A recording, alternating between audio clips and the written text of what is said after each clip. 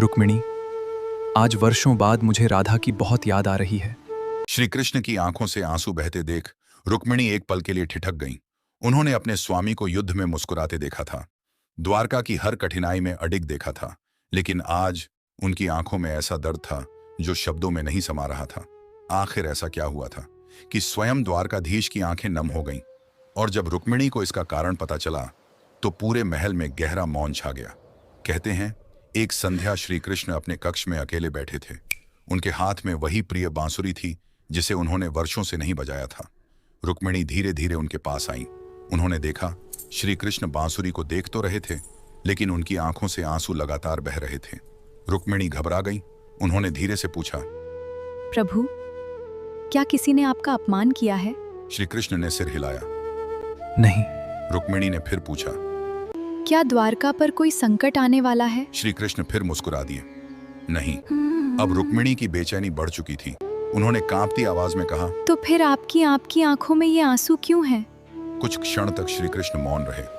फिर उन्होंने खिड़की से दूर आकाश की ओर देखा और धीमे स्वर में बोले, रुक्मिणी, आज वृंदावन बहुत याद आ रहा है। यह सुनते ही रुक्मिणी चुप हो गई। उन्होंने पहली बार श्री कृष्ण की आवाज में इतना गहरा विरह महसूस किया। कुछ देर बाद उन्होंने साहस करके पूछा, प्रभु, क्या आज भी आपको राधा का स्मरण होता है? श्री कृष्ण मुस्कुराए, लेकिन इस बार मुस्कान के साथ एक आंसू भी बह निकला।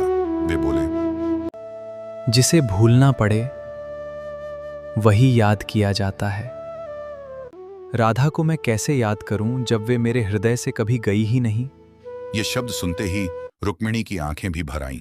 उन्होंने सोचा था प्रेम साथ रहने का नाम है, लेकिन आज समझ आया कि सच्चा प्रेम दूरी से कम नहीं होता, वह तो समय के साथ और गहरा हो जाता है। रुक्मिणी ने दोनों हाथ जोड़कर कहा, प्रभु, आज मैं समझ गई कि प्रेम किसी को पाने का नाम नहीं, बल्कि उसके सुख में अपना सुख खोज लेने का नाम है। श्री कृष्ण ने शांत स्वर में उत्तर दिया, इसीलिए तो राधा प्रेम नहीं, स्वयं प्रेम का स्वरूप है। कहते हैं, उस दिन द्वारका के महल में कोई हार या जीत नहीं हुई। जीत हुई तो केवल उस प्रेम की जिसमें अधिकार नहीं, केवल समर्पण होता है।